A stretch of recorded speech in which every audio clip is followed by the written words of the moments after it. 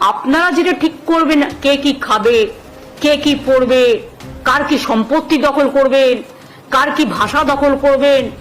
আপনারা দেখছেন বাংলার আওয়াজ। মুসলিম দেখলে আপনাদের গায়ে জ্বালা করে, সেটা আমি জানি। তা নেতাজি সুভাষচন্দ্র বোসের রাইট হ্যান্ড কে ছিলেন? শাহনওয়াজ খান।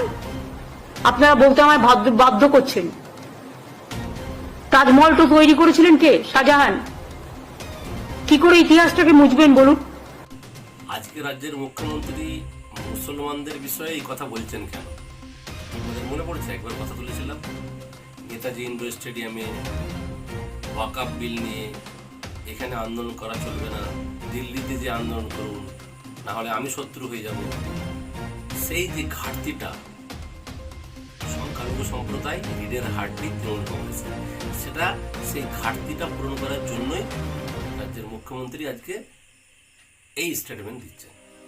বঙ্গভঙ্গের বিরুদ্ধে বিশ্বকবি রবীন্দ্রনাথ ঠাকুর রাখি বন্ধন করেছিলেন, বাংলার মাটি বাংলার জল গান গেয়েছিলেন, হিন্দু মুসলিম সবাই সবার হাতে রাখি পরেছিলেন।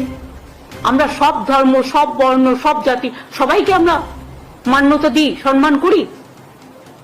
কিন্তু আপনারা যদি মনে করেন আপনারা যেটা ঠিক করবেন, কে কি খাবে, কে কি পড়বে, কার কি সম্পত্তি দখল করবেন, কার কি ভাষা দখল করবেন, কার কি চাকরি দখল করবেন, একেতে মানুষ পায় না, চাকরি সৃষ্টি হচ্ছে আর আপনারা বাধা দিচ্ছেন।